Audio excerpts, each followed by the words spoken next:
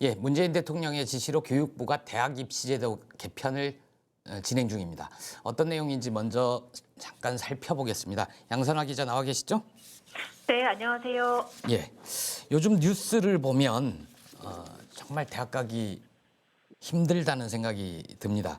현행 대입제도 간단하게 설명해 주실 수 있나요?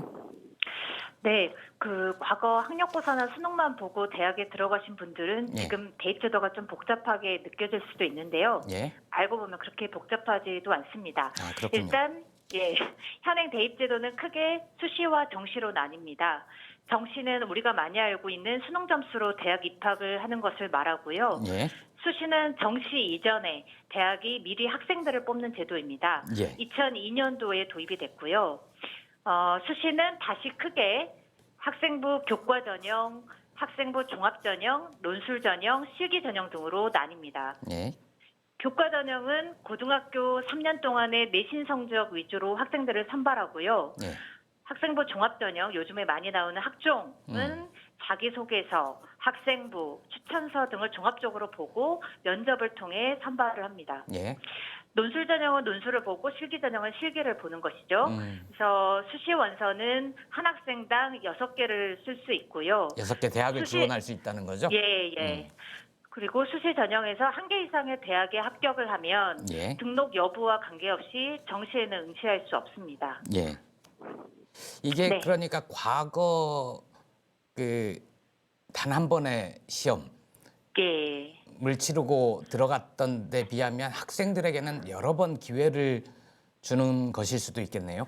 그렇죠. 한 번에 단 한 번 시험을 보고 그 예. 점수로 이제 인생이 결정되는 예. 거에 폐해를 극복하기 위해서 사실은 이제 이런 수시 제도와 학종 이런 제도들이 이제 도입이 된 것이고 예. 학생들의 입장에서는 좀 기회가 더 있다라고 볼 수도 있는 것이죠. 예, 좀 복잡하기는 하지만 과거에 비해서 학생들에게 좀 더 많은 기회를 주는 제도다. 예. 이렇게 볼 수 있겠군요. 문재인 대통령이 교육부의 대입제도 전반을 재검토하라 이렇게 예. 지시를 한 뒤에 개편안 착수했다는 보도가 있었는데요. 어떤 내용인가요? 네, 지난 1일 문 대통령이 동남아시아 3개국 순방에 나서면서 예. 대입제도 전반에 대해 재검토해달라라고 예. 주문을 했지요. 예. 그래서 대통령이 이렇게 발언이 나오면서 후폭풍이 상당했습니다. 예. 그 발언이 나온 당일에 SNS가 후끈 달아올랐는데요. 예. 일단 정시 확대되는 거 아닌가 이렇게 받아들이는 분들도 있었고요. 예. 워낙 학종의 이제 공정성, 투명성 이런 부분들이 좀 문제가 되어 오다 보니까 자기소개서 이런 네. 것들을 없애고 수상 경력이나 동아리 활동 이런 것들도 좀 기재하지 못하게 해달라 예. 이런 요구들도 나왔습니다. 이런 식으로 좀 각계각층에서 대입제도 개편 방안에 대한 좀 목소리가 막 나왔었고요. 고가 이런 상황 뚝이 터진 것처럼 그렇죠. 온갖 주장들이 예. 다 한꺼번에 나온 온갖, 거죠. 예. 그리고 또 혹시 여기에는 내년에 바뀌는 거 아니냐 이런 두려움도 있었을 거고요. 그렇죠. 예. 그런 상황에서 이제 대통령하고 함께 순방길에 올랐던 유은혜 부총리 겸 교육부 장관이 예. 귀국을 하자마자 예. 어제 실무진들과 회의를 열었습니다. 예. 그래서 회의를 열고 나온 일성이 학종 투명성, 공정성 높일 방안을 최우선적으로 검토해서 발표하겠다 이렇게 말을 했습니다. 그게 이번에 논란이 됐었으니까. 예, 그리고 예. 이제 그게 일단 중심이 될 거다라고 예. 이제 보도가 됐고, 그런 학종의 공정성 투명성 방안을 최우선적으로 일단 예. 이제 고려하지 않을까 이렇게 음. 생각이 듭니다. 그 학종의 공정성, 투명성 높이겠다고 하면서 정시 확대는 아니다. 이 되게 단호하게 선을 그은 건데요. 그 이유는 뭔가요? 네, 맞습니다. 정시 수시 논쟁은 사실 새로운 것은 아니고요. 그렇죠. 아시는 것처럼 문재인 정부가 출범한 뒤에 예. 지난해 대입 공론화가 열렸고 엄청난 대전이 있었죠. 그랬었죠. 그래서 일단 제가 좀 먼저 짚고 넘어가고 싶은 게 예. 지금 논란이 되고 있는 조국 후보자 딸이 대입을 치를 때는 예. 학종이 아니고 입학사정관 전형이었습니다. 제도가 현재 다른 거죠? 그렇죠. 제도가 다릅니다.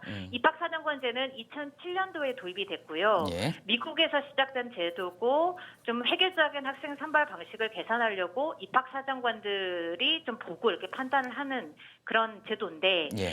이 제도를 도입할 때 초창기에 학교 바깥의 활동까지 대입 자료로 이제 인정을 하면서 각종 예. 부작용이 나타났습니다. 예. 뭐 인턴십이라든가 뭐 이런 여러 가지 봉사 활동을 좀 조작하는 사례라든가 뭐 이런 여러 가지 문제점들이 그동안 좀 드러났고 예. 그래서 지난 10여 년간 좀 그 부작용들을 계속 보완을 해왔습니다. 예, 조국 후보자도 그 최근에 기자간담회에서 얘기한 것처럼 당시에 대입 관련된 기사를 보면 네. 인턴십이나 이런 자원봉사나 이런 걸 적극적으로 활용하라. 언론들도 그렇게 많이 기사를 썼었잖아요. 그렇죠. 예. 그러니까 그걸 적극적으로 하라고 했었죠. 그때 예. 당시에는 그게 그 제도 도입 초창기에는 예. 그걸 적극 독려를 했었고요. 2015학년도부터 좀 부작용이 나타나니까 예. 입학사정권 제도를 학종으로 바꿨습니다. 예. 그래서 학생부는 교내 활동 위주로 이제 기록을 하고 외부 실적을 자체를 금지를 했고요. 예. 그런 상황에서 이제 지난해 대입 공론화위가 열린 거죠. 예. 그래서 거기에서도 계속 그러니까 수시를 축소해야 된다, 예. 정시를 확대해야 된다, 뭐 이런 논쟁을 벌여가지고 예. 결론적으로 정시 30% 이상 확대 이런 결론을 냈습니다. 정시를 30% 이상 확대한다. 예. 그러면 상대적으로 수시 비율이 주는 건가요? 그렇죠. 지금 현재는 수시가 점점점 확대가 돼서 네. 대학들이 수시를 좀 선호하는 편이거든요. 예. 그 학종을 특히 선호를 하는 편인데 예. 지금 한 80%까지 많이 늘었는데요. 70에서 예. 80%. 근데 정시를 30% 정도까지 하자라고 예. 이제 지난해에 2022학년도 대입 개편안에서 그렇게 결론을 내렸고요. 그랬군요. 그래서 그 대입 공론화위에서 이런 식으로 이제 아주 대입 공론화위를 하면서 한 10개월 동안의 논쟁을 거쳤거든요. 예. 그렇게 해서 사회적 합의를 도출을 했는데 예. 이 부총리가 다시 이 논쟁을 다시 하는 것은 상대적으로 굉장히 부담을 느낄 수밖에 없죠. 예. 그래서 작년에 결정한 건데 올해 다시 뒤집을 수는 없는 거잖아요. 그렇죠. 예. 예, 그래서 대입 제도는 좀 안정성도 중요하잖아요. 그렇죠. 그래서 다시 정시 확대 카드를 꺼내기는 어려울 것이고 예. 또 그런 연구 조사 결과도 있습니다. 예. 수시보다는 그 수능을 확대를 했을 때 예. 사교육의 영향이 더 많이 받는다. 예. 이런 연구 조사가 많아서 또 명분도 약하고 예. 그 문재인 정부는 고교학점제라는 것을 지금 추진하고 있거든요. 예. 그래서 2025학년도에 전면 확대를 할 예정인데 그걸 정시를 확대하면 맞지가 않아요. 아. 그래서 이런 여러 가지를 고려했을 때 선제적으로 정시 확대에 대한 기대감을 좀 이제 낮추고 예. 그 문제가 되는 학종 제도의 투명성, 공정성을 좀 더 강화하는 방안으로 이제 방향을 잡은 것이죠. 제가 잘 몰라서 그러는데 고교 학점제라는 건 인근의 다른 학교에 가서 교과 과목을 수강을 해도 학점으로 인정받는 그런 건가요? 예, 그렇죠. 그러니까 고교학점제는 고등학교에서 예. 아이들이 지금 학교에서 이렇게 딱 시간표대로 주어진 대로 수업을 예. 듣는 게 아니고요. 예. 아이들의 선택권을 인정을 하는 거예요. 예. 그래서 여러 가지 그 교과목 중에서 예. 내가 골라서 듣고 거기에서 어떤 학점을 쌓아가지고 예. 졸업을 하는 그런 제도이거든요. 아하, 학생들의 선택 폭을 넓혀준다. 예, 갈수록 학생들의 예. 선택권이나 예. 다양성을 인정하는 방향으로 교육의 어떤 방향들을 잡아가고 있는 것이죠. 예, 알겠습니다. 지금 교육부에서 검토 중인 개편안 정식 발표는 언제쯤 할 수 있을까요? 아직 언제 발표할지는 정해지지 않았습니다. 제가 예. 날마다 전화를 해서 확인을 하고 있는데요. 예, 다 계속 논의 중이라고 합니다. 그래서 발표되면 예. 바로 기사로 전하겠습니다. 예. 마지막 질문 하나 드릴게요. 양 기자 교육 분야를 오래 취재를 했는데 이번 논란을 보면서 좀 어떤 생각이 들던가요? 사실 저는 이제 두 아이의 엄마이기도 하고 예. 이런 교육 담당하는 기자이기도 한데 예. 계속 요즘에 그런 생각을 많이 합니다. 대학은 왜 가지? 예. 학교는 왜 가지? 이런 좀 근본적인 질문들을 많이 하게 되더라고요. 예. 제가 교육부 담당 기자를 하면서 이제 가장 많이 듣는 얘기는 학령 인구 감소 문제거든요. 예. 지금 아이들의 저출산으로 인해서 학령 예. 인구 감소 속도가 지금 장난이 아닙니다. 예. 또 앞으로 우리 아이들이 살아갈 미래 시대가 좀 변화의 속도가 굉장히 빠를 것이다라고 그렇겠죠. 이제 예측들이 되고 있거든요. 예. 그런데 지금 논의되고 있는 것들을 보면은 우리 사회에서 대학이나 학교가 좀 어떻게 변화해야 되고 예. 또 어떤 역할을 해야 되고 우리 아이들이 미래 시대를 살아가기 위해서 무엇을 준비해야 하는지 이런 예. 논의보다는 음. 스카이 대학에 다들 이제 들어가고 싶어 하잖아요. 예. 어떻게 하면 인서울을 할까 이런 걸 이제 다들 하고 싶어 하는데 예. 그걸 할 때 어떻게 공정한 룰을 짤까 중심으로만 좀 논의가 되는 것 같아서 예. 좀 안타깝고요. 상위권 대학에 들어갈 수 있는 아이들은 소수입니다. 입시는 그렇죠. 제로섬 게임이잖아요. 예. 학령 인구는 감소하지만 네. 어차피 특정 대학을 원하는 사람들은 거기 경쟁률은 변하지 않는 거죠. 예. 예. 그것만 논의를 하다 보면은 예. 우리가 정말 많은 것을 놓칠 것이라고 생각하거든요. 예. 그래서 지금 아주 어린 시절부터 아이들이 살인적인 경쟁에 내몰리고 있고 OECD 국가 가운데 우리나라 청소년들의 행복도는 항상 꼴찌예요. 맞아요. 그리고 사교육 시장은 사그라들 기미가 보이지가 않습니다. 예. 그래서 저는 좀 경쟁을 완화하고 학벌에 너무 목매달지 않는 사회 예. 이런 것들을 좀 논의를 하면 좋겠다. 예. 좀 학교가 학교답고 대학이 대학다운 그런 사회를 만들 수 있도록 우리 모두 지혜를 모았으면 좋겠다 이런 생각들을 합니다. 어쩌면 저랑 생각이 그렇게 똑같아요. 6월 달에 유은혜 사회부총리 겸 교육부 장관 이 자리에 나와서 인터뷰를 한 적이 있거든요. 그때도 네. 교육부의 목표가 뭐냐, 문재인 예. 정부의 교육정책의 핵심이 뭐냐라고 물었더니 당시에 그런 얘기를 했었습니다. 학생들이 행복한 학교를 만들고 싶다. 네. 그런데 이제 대입제도 개편 논의로만 좁혀지면 또 그런 목표를 잃지 않을까 우려도 되네요. 그러니까요. 네, 그건 네. 또 그 나름대로 잘 해 나가기를 기대하면서 오늘은 여기서 마칠게요. 양설아 기자 고생하셨어요. 네, 감사합니다. 예, 바로 이어서 대입제도 그러면 어떻게 고쳐야 될까 현장을 아주 잘 아시는 전문가를 모셨습니다. 자율형 사립형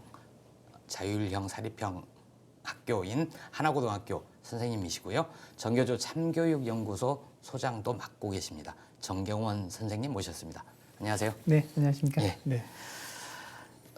교육 얘기는 참 네. 어려워요. 네. 그렇죠. 특히 그렇습니다. 대입제도 이렇게 논의로 들어가면 저도 이제 고3 학생을 둔 학부모님이시군요. 학부모인데도 네.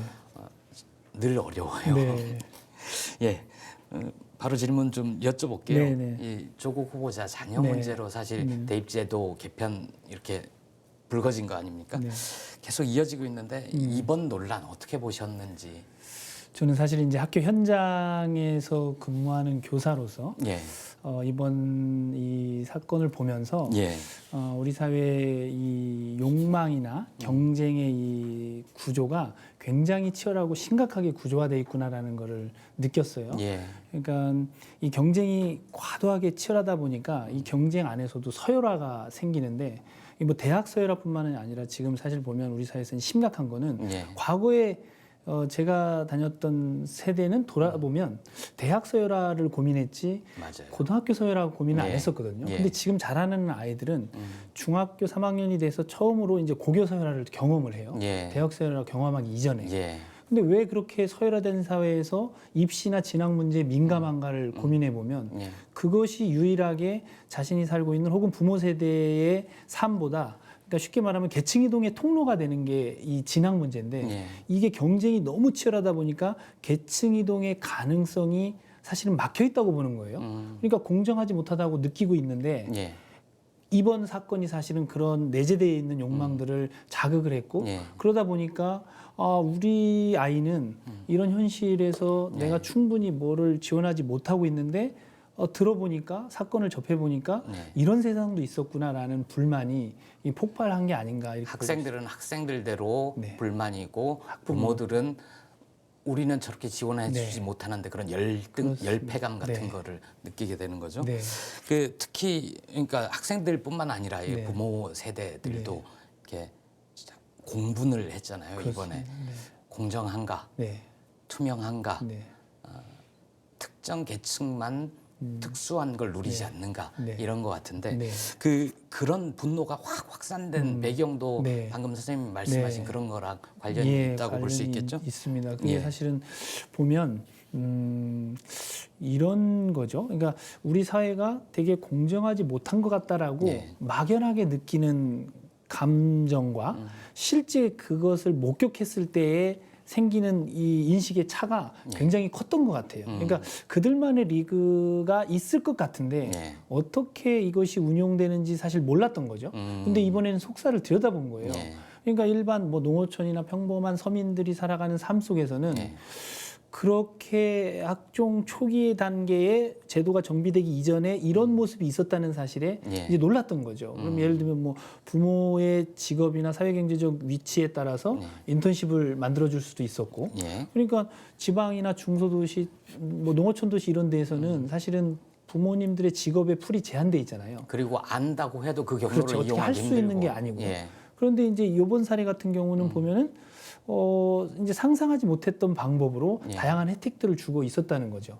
근데 이제 그런 지점을 접하면서 예. 국민들은 굉장히 공분할 수밖에 없는 상황이 된 거고, 그러나 이제 한 가지 또 이 제도와 관련해서 짚어봐야 될 대목은 뭐냐면 지금 문제 삼고 있는 이 대목이 사실은 현재 시점이 아니라 10년 전의 시점을 그렇죠. 지금 문제 삼고 예, 있다는 점도 예. 한번 우리가 성찰해 봐야 되고, 예. 그러니까 제도와 관련해서 초창기에 미국의 입학사정관제를 도입했을 당시에는 한국적 사정관제 모델이 구축되기 이전이거든요. 예. 그 그러다 취지 보니까 자체는 그렇죠. 바람직했죠. 네네. 예. 그러니까 이식된 것을 한국화하는 과정이 10년의 시간이 지금 흘렀는데 예. 이 도입 초기에는 어떤 정비가 되지 않았던 단계의 문제가 2019년 현재 10년이 더 지나서 예. 문제화된 거예요. 그러니까 지금 시점에서 보면 예.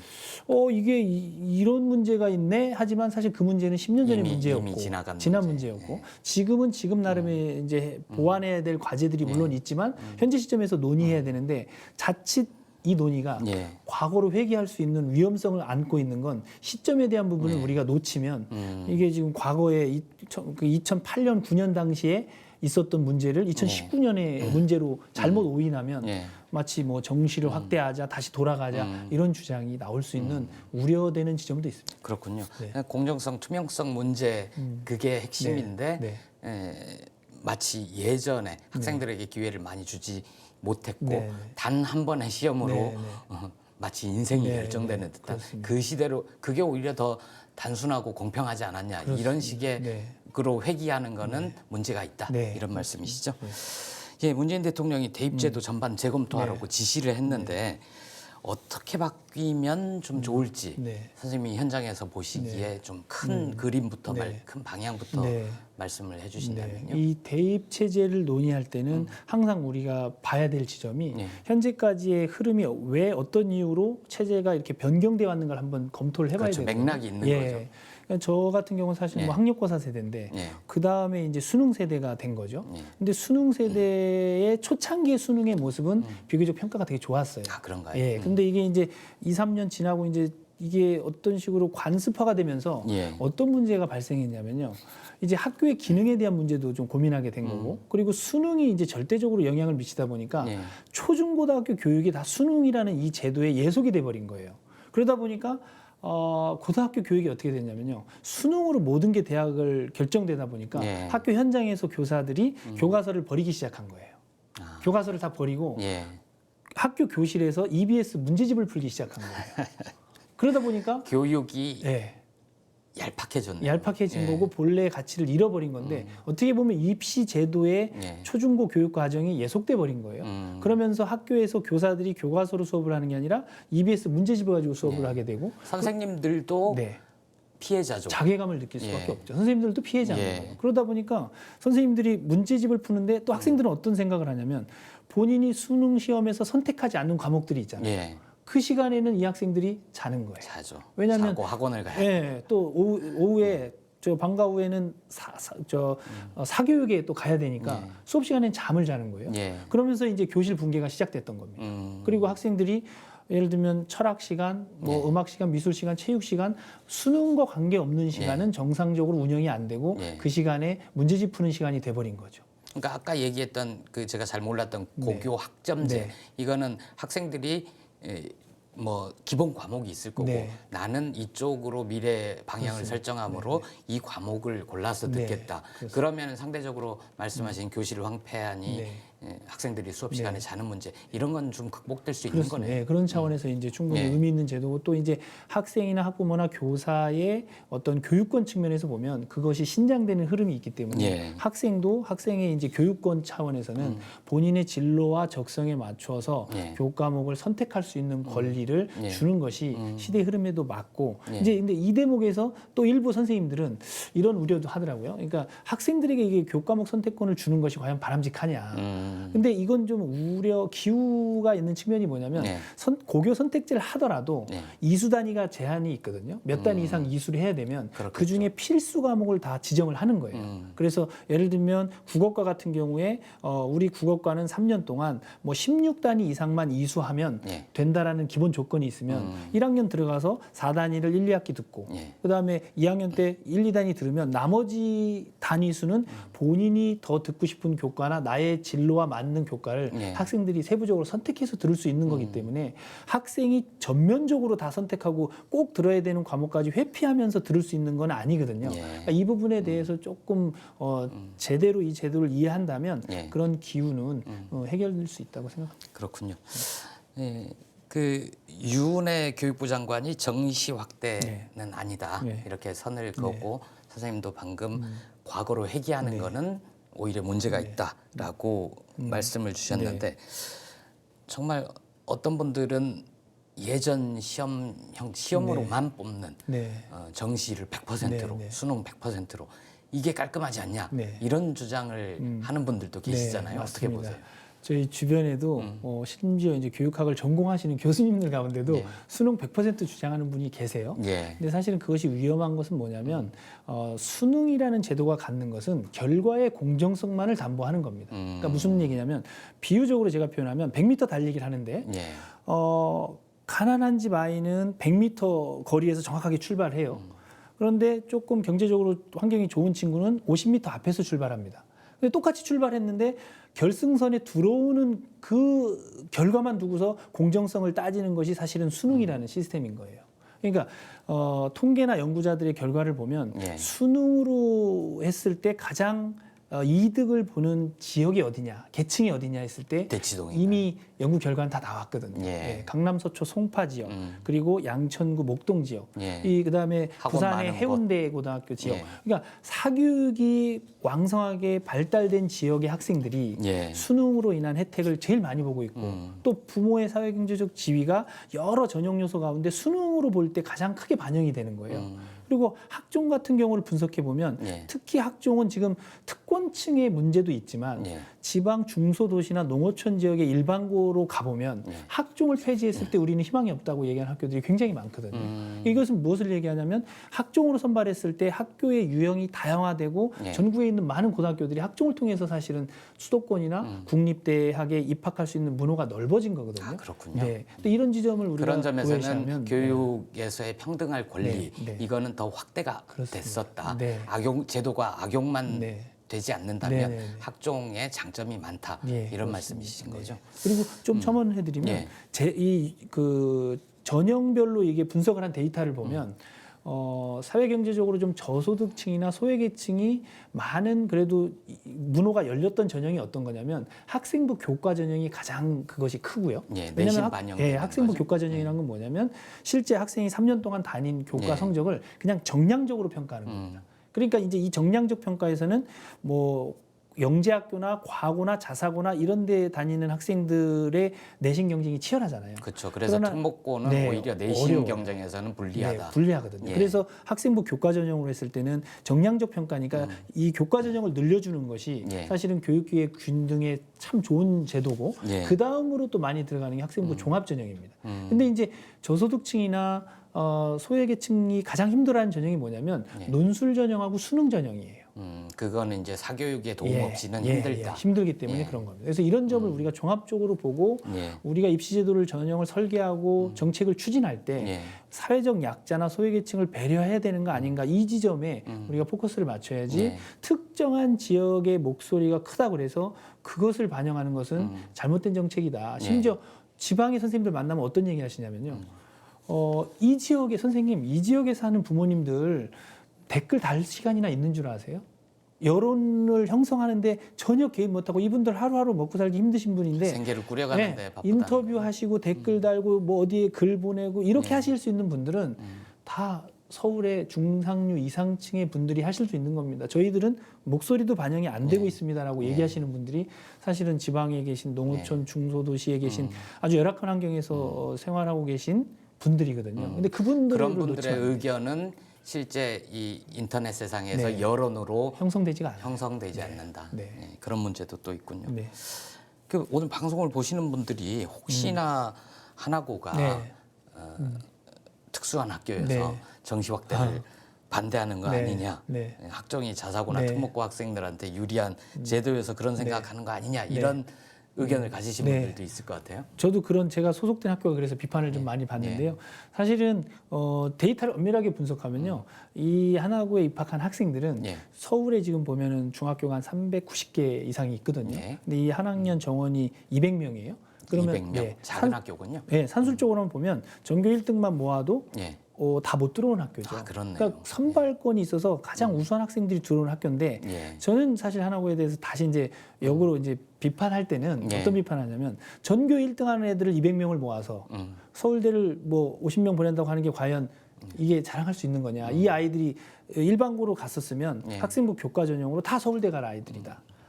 그런데 그것은 오히려 하나가 잘못하는 측면도 있을 수 있다. 예. 그리고 거꾸로 얘기하면 이제 제가 이런 농담처럼 저는 하나고 소속이지만 사실은 자사고를 일반고로 다 전환해야 한다고 주장하는데 학교 입장에서 보면 참 이율 배반이라고도 볼 수 있는데 제가 소속된 학교가 중요한 게 아니라 교육 전반의 문제들에 대해서 고민하고 그것을 해결하는 게 교사가 가져야 될 태도지 제가 소속된 학교가 그 전형이 유리하다고 그래서 그 전형이 유리하다면 사실 다 붙어야겠죠. 근데 그 전형에서도 거의 4분의 1 정도만 전교 1등 하는 친구들인데 그 친구들이 일반고로 갔었으면 사실 다 학생부 교과 전형으로 소위 말하는 인류대에 가야 될 친구들인데 여기에서도 그런 전형 때문에 실패하고 있는 요소가 있거든요. 전교 1등 하던 친구가 와서 전교 꼴등 그렇죠. 하게 되는 네. 거잖아요. 네. 행복할까요? 그러니까요. 그 친구들이 겪는 또 그런 자존감이 무너지거나 또 상처들이 있는 거거든요. 그렇겠네요. 네.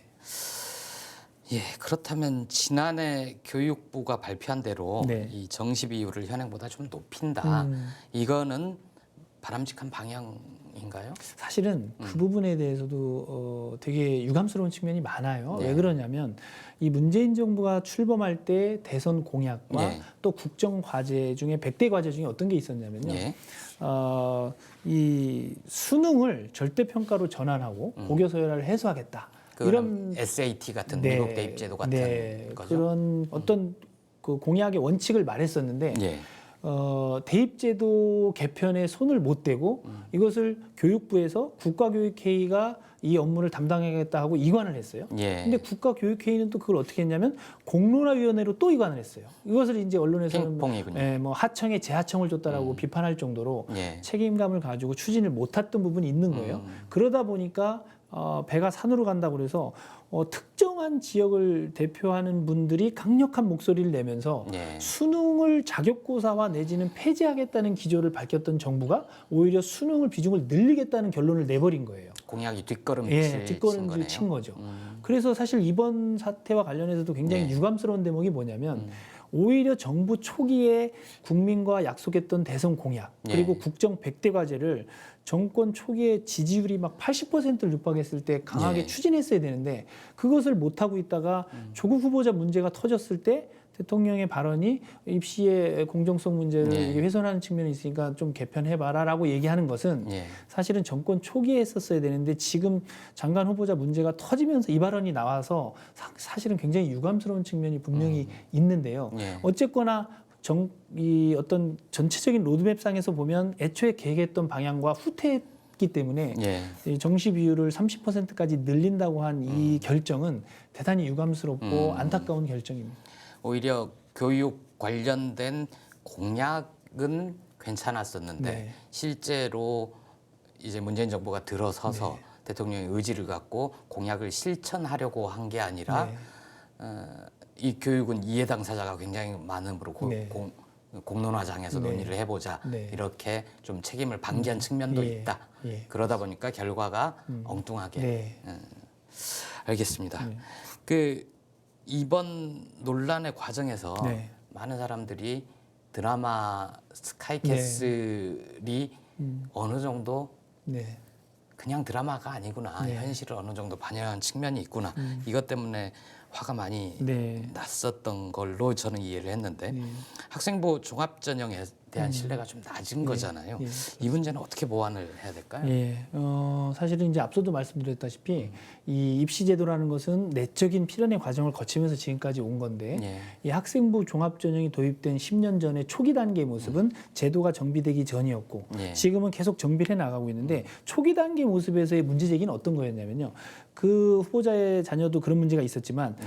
공교육의 정상적인 교육 과정 내에서 소화할 수 없는 것들을 생활기록부에 입력을 해주고 예. 또 이걸 대학에서 평가 요소로 삼으면서 문제가 됐던 거거든요. 예. 그러다 보니까 예를 들면 봉사활동 하나를 하더라도 이 경제적 형편이 어려운 친구들은 해외에 나가서 봉사활동 할 수가 없잖아요. 그렇죠. 근데 그 당시에 경제적으로 좀 부유한 집안의 자녀들은 예. 해외로 나가서 동남아시아에 좀 환경이 좋지 않은 나라에 가서 예. 봉사활동하는 것을 의미를 찾고 그것들을 생활기록부에 기록하고 또 평가에도 반영하고 하는 측면이 있었거든요. 의미 있는 봉사활동은 국내에서도 네. 얼마든지 할 수 그렇죠. 있는데. 얼마든지 가능한데. 이제 그러다 보니까 사회적인 여론이 이건 아니지 않냐. 네. 경제적인 형편에 따라서 봉사활동은 국내에서도 충분히 할 수 있는데 네. 라는 공론이 형성되면서 그러면 봉사활동은 국내에서 그리고 교육부나 국가기관이 인정할 수 있는 기관에서 한 것만 네. 인정해주고 입력해주자라고 발전이 됐고요.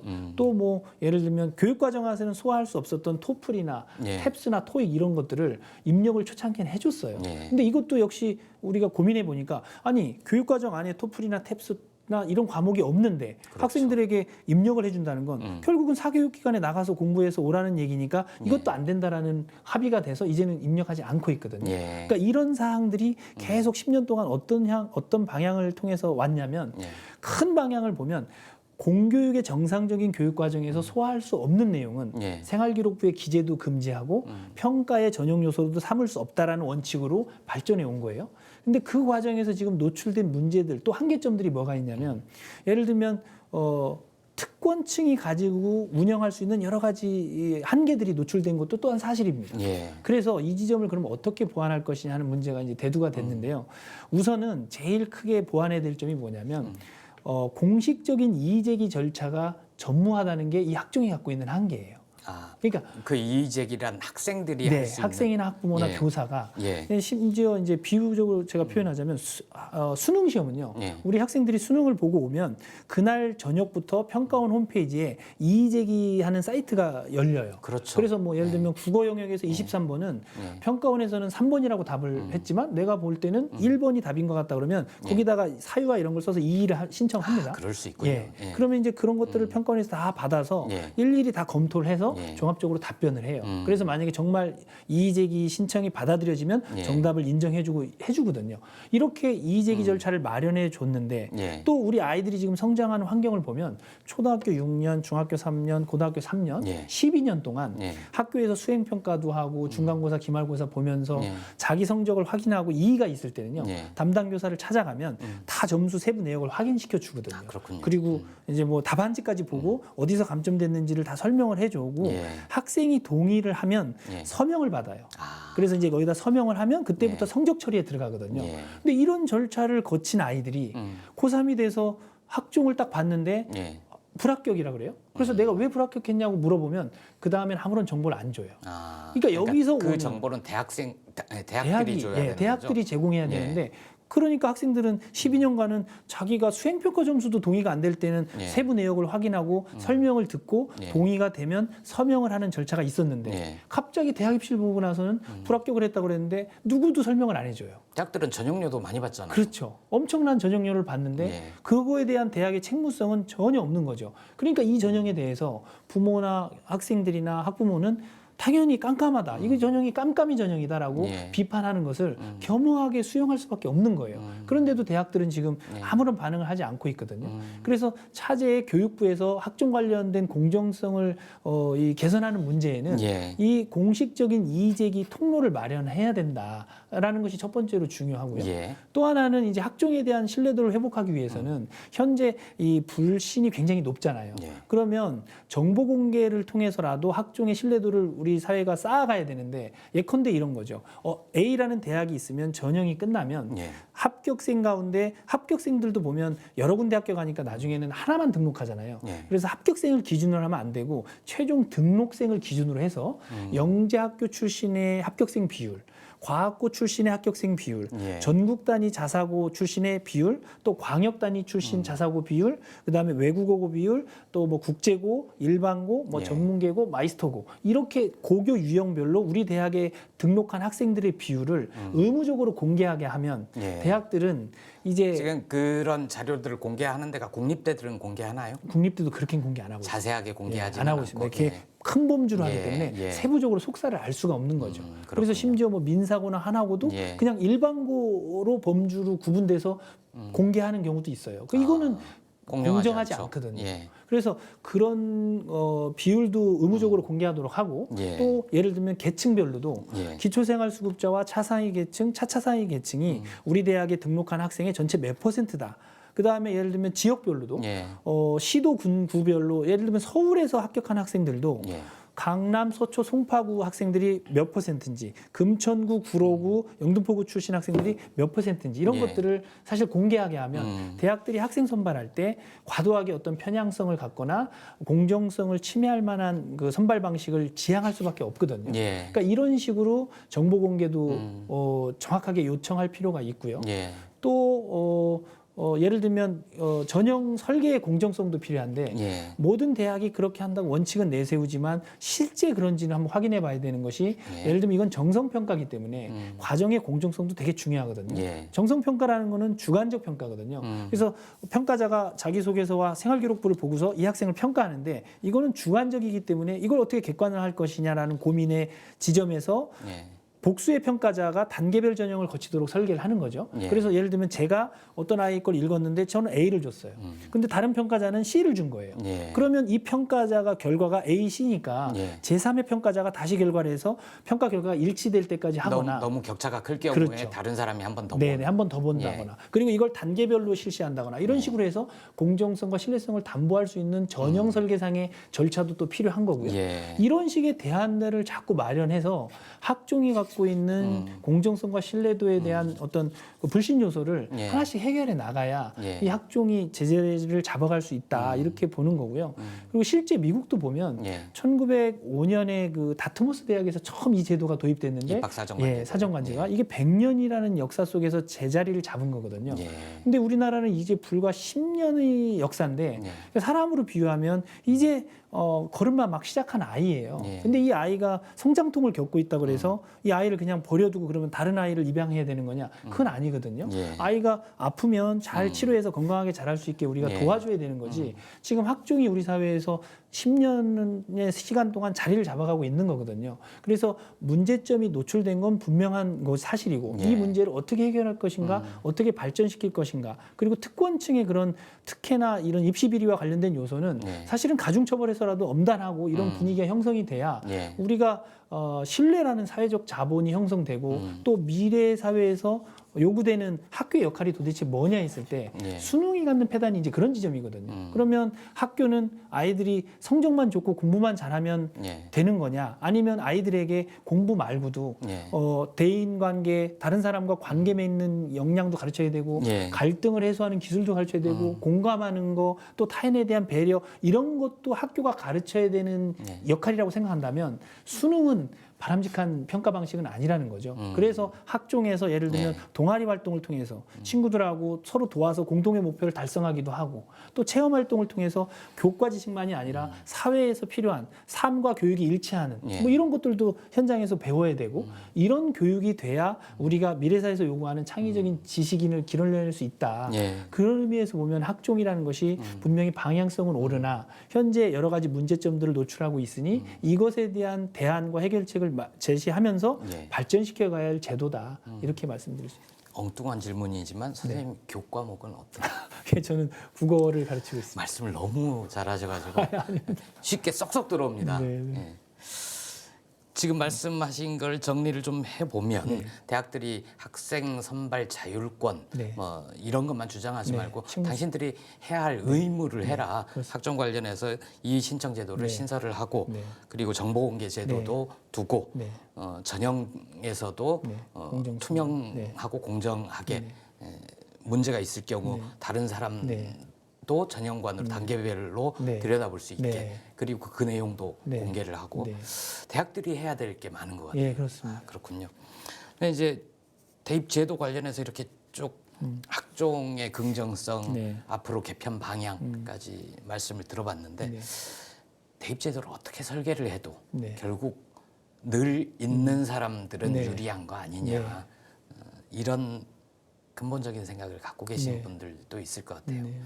그래서 좀 그러면 그런 점을 완화할 수 있는 해결책은 있을까 네. 궁금합니다. 네, 저는 사실은 입시제도 문제 때문에 사실은 이제 제가 예전에 근무하던 이제 양정고등학교에서 예. 도대체 교시 이런 상황에서 교사가 수업한다는 건 있을 수 없는 일이다. 그래서 입시제도를 한번 고쳐보고 싶어서 정말 그때부터 막 예. 제가 치열하게 고민했는데 결국 항상 도달하는 결론은 뭐였냐면요. 예. 교육 문제, 입시 문제는 입시 문제만으로 해결이 안 된다는 걸 알게 됐어요. 사회를 바꿔야 돼요. 예, 그러니까 쉽게 말하면 이런 거죠. 아이들에게 예. 야 너희들 서울대를 안 가도 되는 사회는 어떤 사회냐 그랬더니 요즘 아이들 되게 솔직하게 얘기하거든요. 예. 막 계산하더니 저한테 뭐라고 하냐면요. 선생님 알바를 해도요. 예. 하루 8시간 알바만 딱 해도 한 달에 저한테 500만 원 정도만 급여가 주어지면요. 예. 저는 대학 안 가도 돼요. 이렇게 얘기를 해요. 그러니까 이게 무슨 얘기냐면 아이들하고 깊이 대화해 보면 국가가 예. 대한민국에서 태어나서 제가 아이들이 그러는 겁니다. 선생님 제가 의무를 다 할 거예요. 교육의 의무 때문에 지금 이렇게 공부하고 있고 예. 제가 나중에 직장이 어른이 돼서 직장에 들어가면 근로 의무도 다 할 거고 세금도 다 낼 거고 군대도 갔다 오고 다 하는데 국가는 그러면 저를 위해서 뭘 해주는 거죠? 라는 질문을 해요. 예. 그러면서 제가 아플 때 예. 병원에서 치료를 무료로 해줘야 되고 제가 늙고 병들고 힘없을 때 그 기본소득 같은 거 보장을 해주고 이러면 이런 교육 문제 다 해결되지 않나요? 라는 네. 말을 아이들이 하는 거예요. 아이들이 예. 똑똑하네요. 그러니까요. 그래서 사실은 이 땅에서 태어난 아이들이 저는 무슨 잘못이 있나 가끔씩 생각하면 불쌍한 거예요. 대한민국에서 태어나서 기성세대가 만들어오는 이 제도와 이 시스템에서 정말 앞서서 양선아 기자님도 그 말씀하셨지만 네. 살인적인 정말 경쟁 시스템 속에서 아이들은 앞만 보고 달려가는 거거든요. 그런데 이 사회를 아이들이 만든 게 아니잖아요. 예. 기성세대가 만들었는데 아이들은 정말 하루하루가 고통스럽게 학교 가는 게 고통스럽고 신음을 하고 있는데 기성세대는 누구도 아이들의 이런 고통을 대변하지 않고 더 채찍질하면서 경주마를 막 채찍질하듯이 아이들 보고 달리라고만 하는 거예요. 어디로 가는지도 모르고. 그러니까 누군가는 이걸 멈추게 하고 경쟁 시스템에서 이제는 배려하고 서로 더불어서 같이 갈 수 있는 어떤 철학이 작동하도록 네. 사회를 변화시켜야 되는데 그런 것들이 전제되지 않으면 사실은 교육 문제는 해결은 요원할 수밖에 없다. 그렇군요. 네. 교육 문제는 곧 사회 문제, 국가 권력의 문제랑도 네. 직결되는 것 같고 저도 그런 생각이 좀 듭니다. 아이들을 키우면서 왜 우리 아이들이 행복할 권리를 수년간 유예당해야 되는 거지? 네, 그렇습니다. 이런 고민도 하게 됐고요. 입시 문제 관련해서는 다음에도 또 네. 한번 모셔서 네. 더 깊은 네. 얘기를 나눠보고 싶습니다. 네, 예, 그렇습니다. 오늘 먼 길 와주셔서 네. 고맙습니다. 네, 고맙습니다.